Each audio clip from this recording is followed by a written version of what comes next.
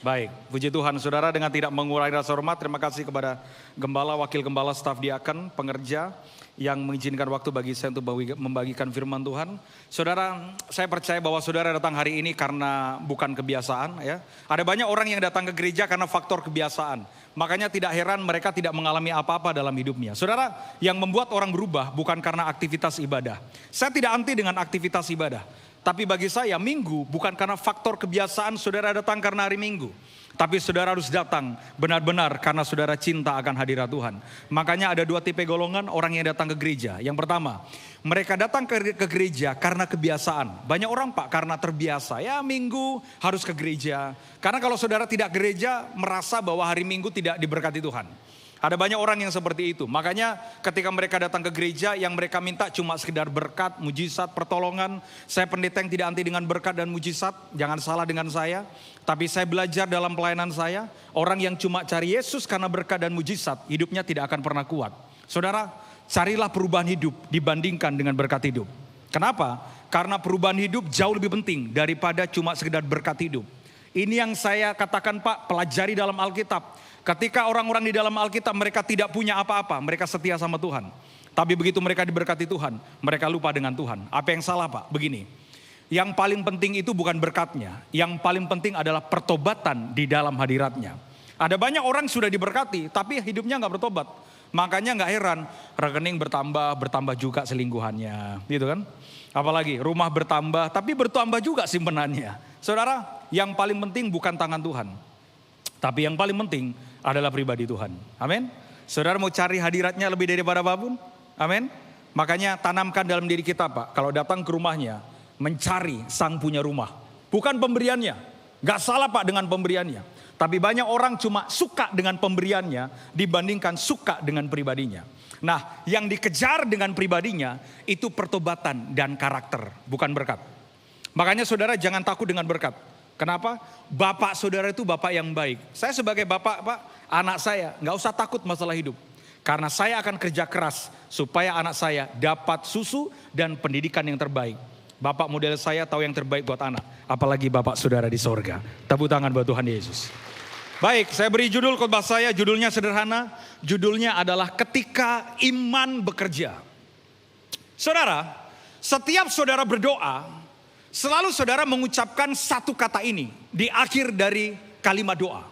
Selalu mengucapkan apapun ketika saudara berdoa. Tuhan berkati aku, Tuhan tolong aku, Tuhan biarkan rumah tanggaku melayani Engkau, Tuhan tolong aku. Selalu kita ucapkan permintaan kita dalam nama Yesus, kita ucapkan kata apa? Amin, betul? Selalu ketika kita berdoa, satu kata ini tidak pernah lupa. Kita tutup dengan satu kata ini, apa itu? Amin.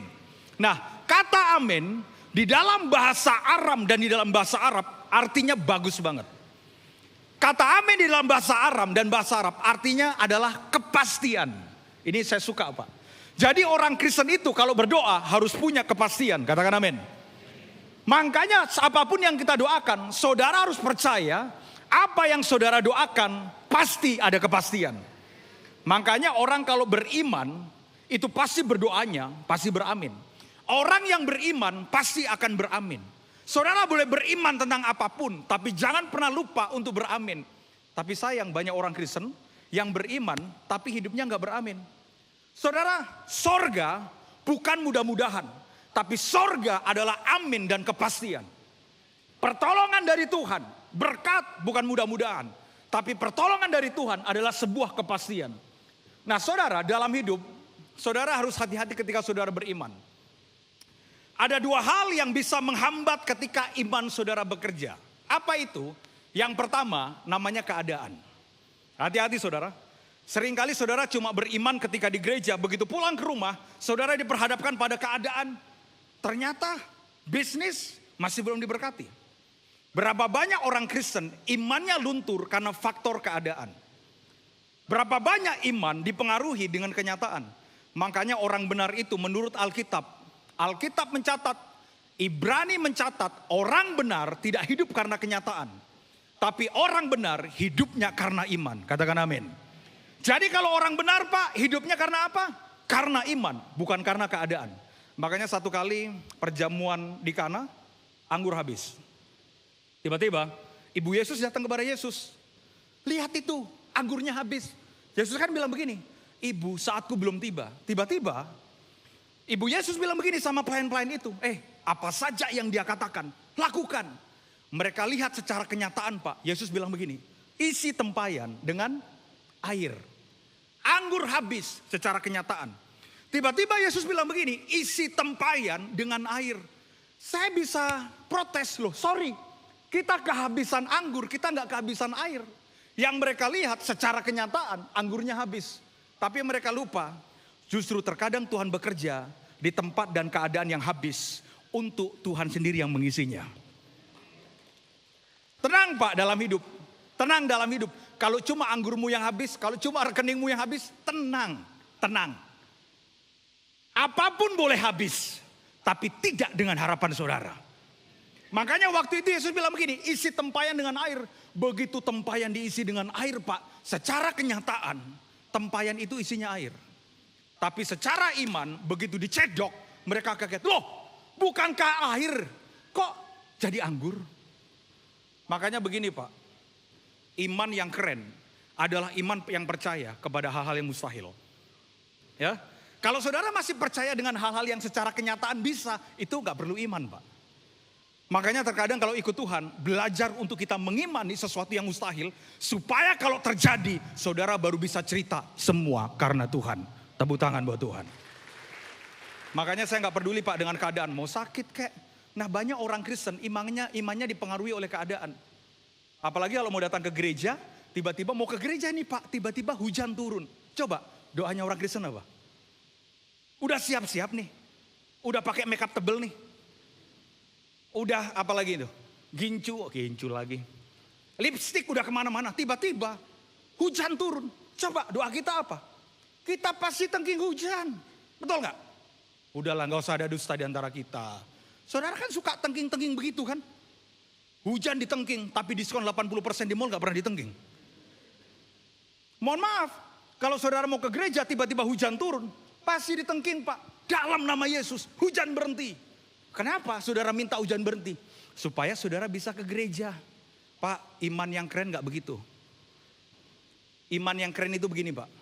Saudara mau ke gereja, hujan turun. Iman saudara begini. Dalam nama Yesus, sekalipun hujan tidak berhenti, aku tetap datang menyembah Tuhan. Wah itu baru keren. Ini kayaknya imannya keadaan nih kayaknya nih. Itu baru keren Pak. Nah yang kedua, hati-hati dengan satu suara, namanya suara orang. Hati-hati. Ya. Seringkali kalau sudah beriman, orang bilang begini, gak mungkin kamu diberkati, lu cuma anak kampung. Lu lihat tuh, lu gak mungkin, you are not good enough. Kamu kan pendosa, kamu kan gak benar. Nah saudara, kita akan belajar dari perempuan ini. Kita akan belajar dari satu orang yang hidupnya sedang punya masalah, tapi hatinya ingin ketemu sama Tuhan. Tolong bukakan Markus pasal yang kelima, yang bersuka cita katakan haleluya. Markus pasal kelima ayat 25 kita akan baca bersama-sama. 1, 2, 3. Adalah di situ seorang perempuan yang sudah 12 tahun lamanya menderita pendarahan. Jadi ada perempuan yang 12 tahun sakit pendarahan. Pak, sakit pendarahan itu Pak bleeding. Jadi perempuan ini bukan cuma 1 tahun 2 tahun, tapi 12 tahun. Angka 12 is the complete number. Angka 12 itu angka lengkap Pak. Jadi lengkap penderitaannya, lengkap pendarahannya. Perempuan ini 12 tahun bleeding. Orang kalau pendarahan Pak, lemes Pak. Dan saudara, untuk orang-orang yang sakit pendarahan, kalau saudara hidup di era-era orang Romawi, orang Yahudi, saudara akan dianggap karena sakit pendarahan biasanya sakit aib. Orang kan bilang begini, tuh perempuan tuh. Tuh kasihan, sakit pendarahan. Jangan sampai dia dikutuk sama Tuhan. Kalau saudara sakit pendarahan, hidup di lingkungan orang-orang Yahudi, hidup di lingkungan orang-orang Romawi, penuh penghakiman Pak. Apalagi hidup di tengah-tengah orang Manado. Wah tambah selesai itu. Dia sakit pendarahan, 12 tahun Pak, bleeding. Saudara baru berapa tahun sih? Saudara sakit saudara apa sih? Yang baru pendarahan kan tagihan listrik kan? Perempuan ini 12 tahun Pak.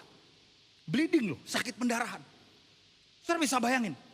Alkitab mencatat 12 tahun. Kita kadang baru 1 tahun udah gak ke gereja. Kita kadang baru 1 bulan udah gak mau pelayanan. Makanya iman itu begini Pak. Iman jangan pernah meminta sakit sembuh. Karena bagi saya iman yang keren sekalipun tidak sembuh tapi tetap setia kepada Tuhan. Papa saya itu orang kampung Pak. Mewariskan 2 warisan iman yang luar biasa. Yang pertama warisan dari papa saya. Ketika saya 3 bulan menemani papa saya di Makassar. Berobat dari satu rumah sakit ke rumah sakit yang lain. Saya berdoa hari itu, Pak tenang Pak, anakmu ini hamba Tuhan. Papa pasti sembuh. Saya telepon pendeta Pak. Mungkin saudara tahu pendeta ini.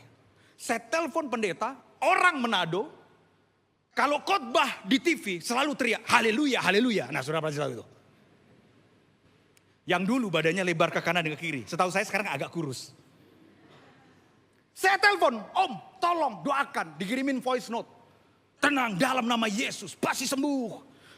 Papa saya, ternyata Tuhan berkendalain. Dipanggil Tuhan. Terus saya tanya sama Tuhan, Tuhan apa yang salah? Saudara, 2 kalimat iman, legasi iman yang datang dari papa saya. Waktu papa saya tahu, papa saya pasti berpulang. Dia bilang begini, nak, gak perlu papa sembuh. Aneh kan? Kita kan kadang mintanya kalau sakit sembuh kan? Papa saya dia bilang begini, nak gak perlu papa sembuh. Karena papa saya tahu Pak, sudah waktunya dia kembali kepada Tuhan. Dia bilang begini, keselamatan jauh lebih penting daripada kesembuhan. Wow. Papa saya bilang begini, buat apa papa sembuh tapi nanti papa gak selamat. Kalimat-kalimat ini Pak mungkin sederhana. Tapi kalimat-kalimat ini adalah warisan iman. Ternyata Pak, kesembuhan tidak lebih penting daripada keselamatan. Sorry saudara, jangan pernah minta berkat Tuhan. Kalau ternyata dengan berkat Tuhan, suamimu tidak selamat. Jangan pernah minta berkat Tuhan. Jangan pernah minta cuma sekedar uang yang bertambah. Kalau ternyata anakmu tidak selamat. Karena bagi saya, keselamatan jauh lebih penting daripada berkat Tuhan. Tepuk tangan buat Tuhan. Ada orang Pak yang begitu sudah diberkati, karakternya gak selamat. Dulu waktu ngekos gak punya apa-apa, berdoa Tuhan berkati aku dong. Tuhan aku akan setia dengan pekerjaan Tuhan. Begitu sudah diberkati Pak, jangankan pelayanan, doa aja gak mau. Kok saudara merasa bersalah sih? Ada orang yang begitu. Nah perempuan ini 12 tahun. 12 tahun. Bukan 1 tahun Pak. Jadi tahun kedua still bleeding. Tahun ketiga bleeding. Tahun keempat bleeding. Pendarahan. Saya nggak tahu saudara sedang bleeding apa. Mungkin saudara bisnis tapi kok pendarahan terus Pak. Bisnis masih bleeding. Ekonomi masih bleeding. Kayaknya wajahnya banyak pendarahan nih kayaknya ini. Saudara 12 tahun. Nah tiba-tiba Alkitab mencatat ayat berikutnya. Ini nih ayat berikutnya. Ia telah berulang-ulang diobati. Apa saudara? Oleh berbagai tabib. Sehingga telah dihabiskannya semua yang ada padanya. Namun sama sekali tidak ada faedahnya. Malah sebaliknya. Keadaannya makin memburuk. Bayangkan saudara. He's spending money. Uang Pak dihabiskan. Yang penting gua sembuh. Tapi gak sembuh. Malah buruk. Makanya saudara tidak ada kesembuhan yang sejati. Selain dalam hadirat Tuhan. Kalau saudara berpikir ketika saudara punya masalah. Wah gua lagi punya masalah. Tiba-tiba saudara bilang ini, gue kan punya duit. Udah, dugem aja, mabok. Percayalah saudara, itu hanya bisa menyelesaikan peningnya kepalamu. Tapi tidak dengan peningnya hatimu. Orang kadang berpikir, terutama yang seperti saya Pak, yang laki-laki.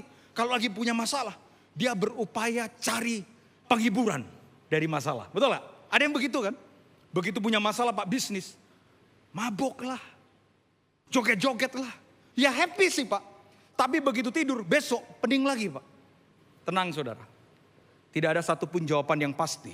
Kecuali dalam hadirat Tuhan. Ini yang pasti. Ya, apapun yang saudara alamin. Nah makanya saudara kalau saudara lagi ngalamin masalah. Coba Pak, cari hadirat Tuhan. Perempuan ini spending. Spending, dihabiskan semua Pak. Uangnya udah habis.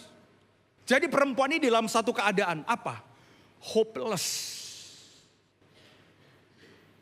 Hopeless itu apa sih? kondisi di saat kita merasa putus asa, tanpa harapan, atau merasa tidak ada kemungkinan untuk membaik, ataupun terjadi sesuai dengan apa yang kita harapkan. Jadi perempuan ini udah hopeless. Mohon maaf ya, udah miskin Pak. Dia dulu kaya karena sakitnya uangnya habis. Dulu dia kaya karena sakitnya hartanya habis. Nah tiba-tiba di tengah-tengah dia hopeless, no hope, gak ada harapan. Ini poin khotbah saya. Alkitab mencatat, dia sudah mendengar berita-berita tentang Yesus. Alkitab mencatat, di tengah-tengah dia hopeless, dia dengar Pak tentang Yesus. Saya yakin dia dengar dari orang lain ngomong begini, Bu, lu tahu nggak? Lu kan sakit pendarahan. Ada Yesus loh yang sanggup menyembuhkan. Ada Yesus loh yang buat mujizat. Ada Yesus, dia pasti pernah dengar Yesus mencelikan mata orang buta. Dia pasti dengar Yesus buat mujizat 5 roti 2 ikan 5.000 orang kenyang. Dia pasti dengar Yesus menyembuhkan orang sakit. Dan imannya tidak mau cuma mendengar, tapi imannya, aku harus ketemu dengan Yesus. Saudara jangan punya iman yang cuma mendengar Pak. Bahkan mohon maaf, saya nggak anti dengan kesaksian. Jangan suka cuma dengerin kesaksian tanpa saudara jadi kesaksian. Orang kan zaman sekarang kan suka denger gitu. Saudara-saudara, dulu saya susah, sekarang diberkati. Kita kan suka denger gitu. Wah luar biasa ya, aku denger kesaksian. Dia diberkati loh. Dulu susah, dia diberkati. Dulu hidupnya rusak, sekarang jadi hamba Tuhan. Dulu hidupnya jauh, sekarang cinta Tuhan. Pertanyaannya, itu kan orang lain Pak. Bagaimana dengan kita? Makanya ketika Yesus dia mau terangkat ke sorga, dia bilang begini, kamu akan menjadi saksiku di mana?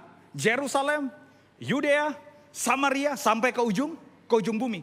Kata pertama yang keluar, dia tidak ngomong begini, tapi kamu akan jadi para pendeta. Kamu akan jadi para majelis. No. Tapi Yesus bilang, tetapi kamu akan jadi saksiku. Kata saksi itu artinya orang yang melihat dan mengalami. Makanya khotbah yang paling keren Pak, tidak cuma khotbah dari mimbar dan kata-kata. Tapi khotbah yang lahir dari kehidupan dan orang mengalami pertobatan. Mulai hari ini tanamkan dalam diri kita bahwa kita ini semua adalah hamba Tuhan dan saksi-saksi Kristus. Coba bilang kanan kiri, Anda hamba Tuhan loh.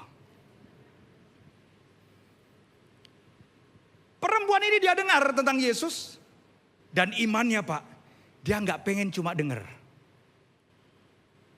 Saudara, di Manado, ada orang Manado di sini? Orang Manado. Orang Manado. Oh nggak ada orang Manado di sini ya? Nggak ada orang Manado di sini? Ibu kok nggak bangga sih Bu jadi orang Manado Bu? Bangga gitu loh Bu. Saya aja bangga Bu. Gitu. Di Manado itu ada restoran yang saya suka Pak. Kalau setiap terbang pagi, setiap landing pagi itu, karena penerbangan yang paling enak di Manado itu Pak kalau terbang subuh. Kalau pulang Manado, ya kan? Manado itu, beda Pak, beda. Manado itu urusan makanan, urusan apalagi orang-orangnya itu beda. Ya, yang lain punya ciri khas sendiri. Pokoknya Manado itu beda. Manado itu kalau urusan apalagi urusan makan. Manado itu Pak, daerah yang apa-apa pasti makan. Apa aja. Kumpul, makan. Kitanan, makan.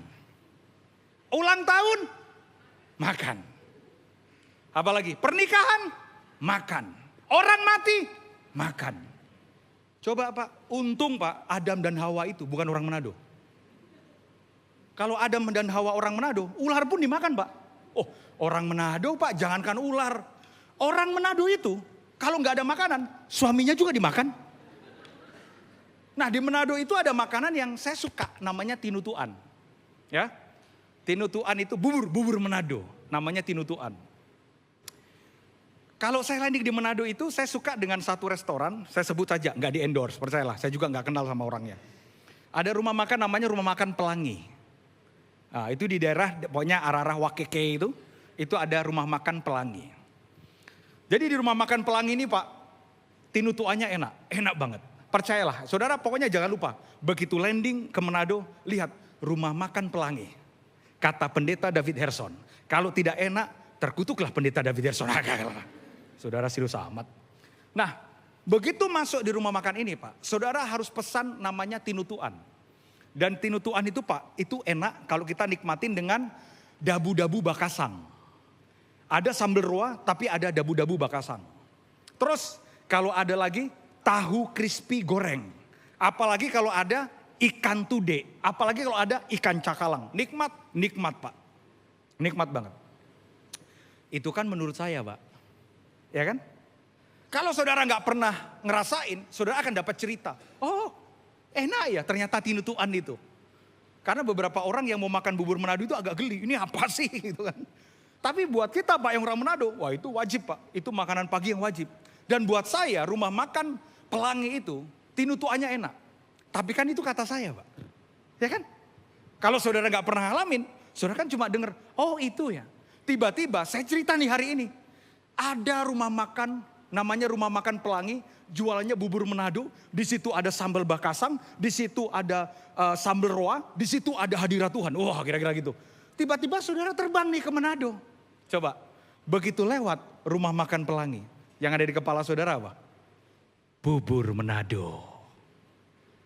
Dan cerita-cerita yang saya ceritakan Pak, akan saudara tahu persis bagaimana rasanya kalau saudara ketemu, pesen, dan nikmatin.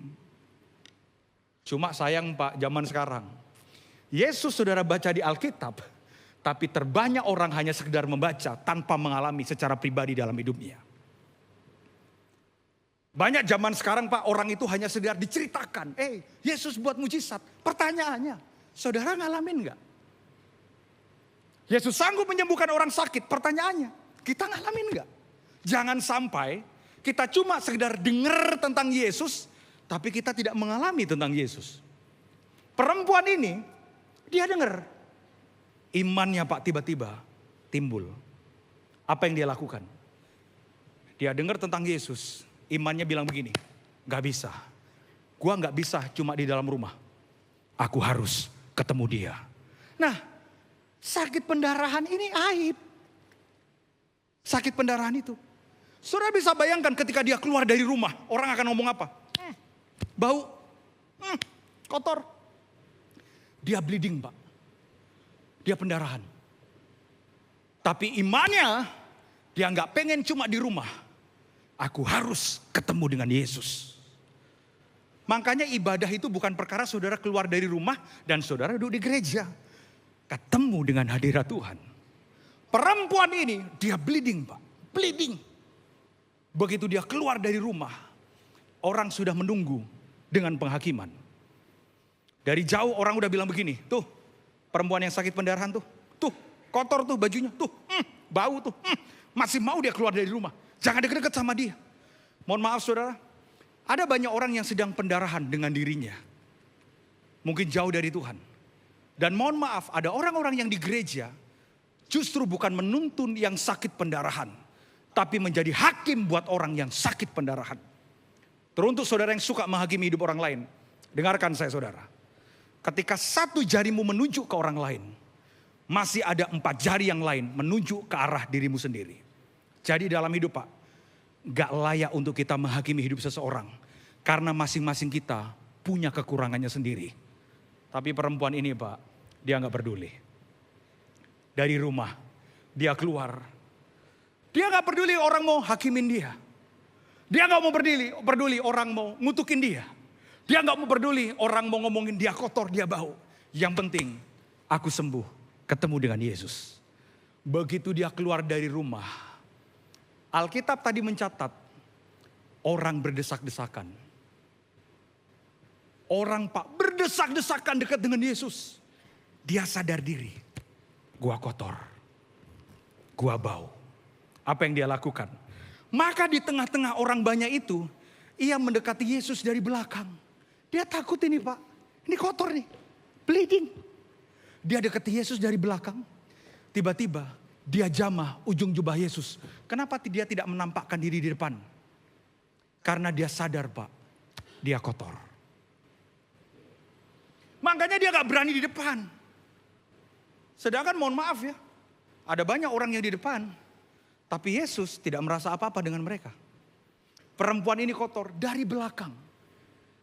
Pelan-pelan dari belakang. Dia ujung jubah Yesus, dia jamah. Karena imannya begini Pak. Aku tahu aku kotor. Tuhan itu Pak suka dengan orang yang apa adanya, tanpa topeng. Percayalah. Tuhan itu suka dengan orang-orang yang begitu datang. Tuhan, gua simpenan.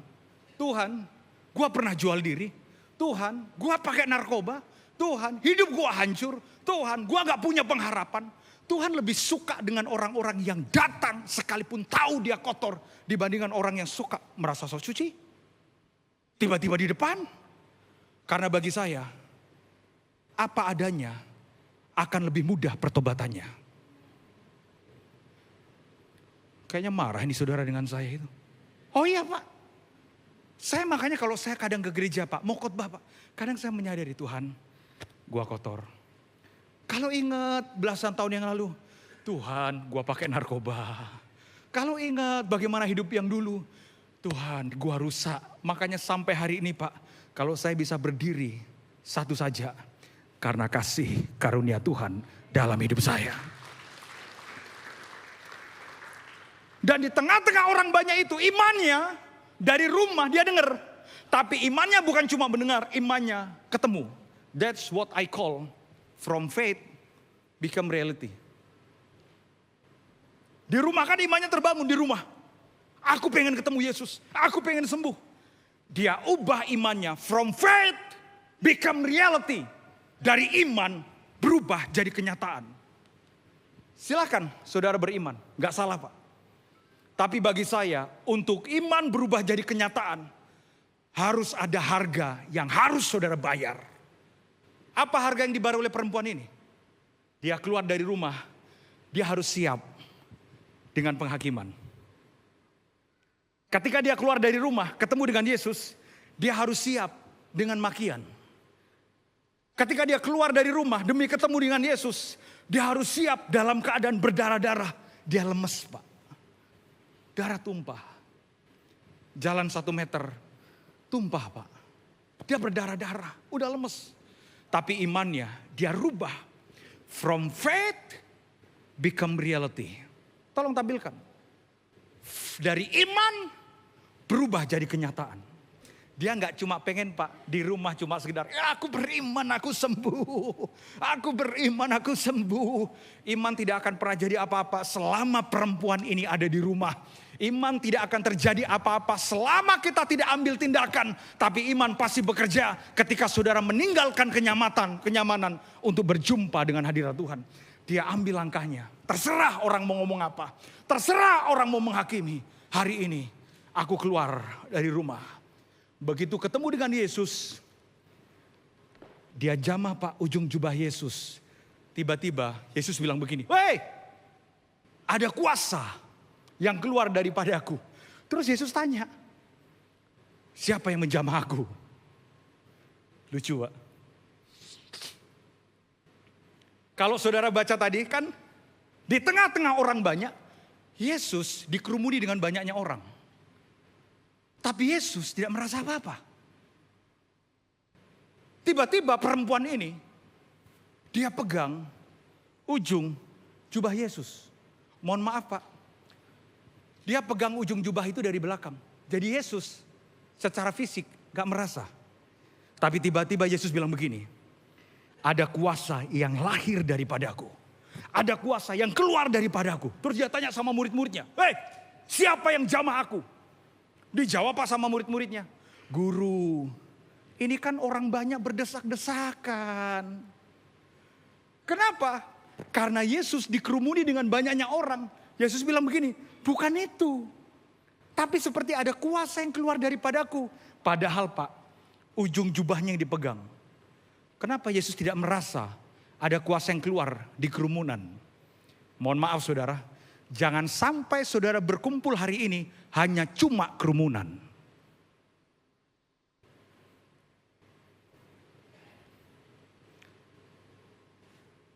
Ngumpul sih Pak banyak, tapi kerumunan. Berdesak-desakan, senggol-senggolan. Yesus, dia tuh di tengah-tengah. Jadi sudah pasti Pak, orang itu nyenggol dialah, orang pegang dialah, orang terpesona dengan dia. Wah Tuhan Yesus. Makanya terus kemudian Yesus tanya, siapa yang jamah aku? Murid-muridnya bilang begini, guru ini kan banyak orang. Sudah pasti berdesak-desakan, sudah pasti saling menjamah-jamahan. Yesus bilang, bukan kerumunan. Tapi perempuan ini yang jamah cuma jubahnya. Saudara, kalau ibadah yang cuma bagus, kalau doa yang cuma bagus, bisa disusun Pak dengan kata-kata dan kerumunan. Contoh, saya itu coba tes tadi pagi. Saya itu coba tes, tolong AI, ChatGPT, tolong buatkan saya berdoa untuk makan dengan doa makan yang terbaik. ChatGPT Pak, lebih keren Pak doanya daripada pelajaran dari sekolah teologi ya. Saya baca nih saudara, coba kalimatnya. Ini saya baca ini. Baru tadi pagi nih, ChatGPT, AI, tolong buatkan doa yang baik dan yang indah. Tahu saudara? Kata yang pertama, Bapa kami di dalam sorga. Udah kayak doa Bapa kami ini. Terima kasih Tuhan, buat makanan yang sudah Engkau berikan. Buat berkat yang sudah ada di depan kami. Coba kata-katanya bagus gak? Bagus banget Pak. Tapi sayang, itu lahir dari mesin, itu lahir dari AI. Saudara jangan tersinggung dengan saya. Ibadah saudara hari ini penuh dengan musik dan teknologi yang paling bagus.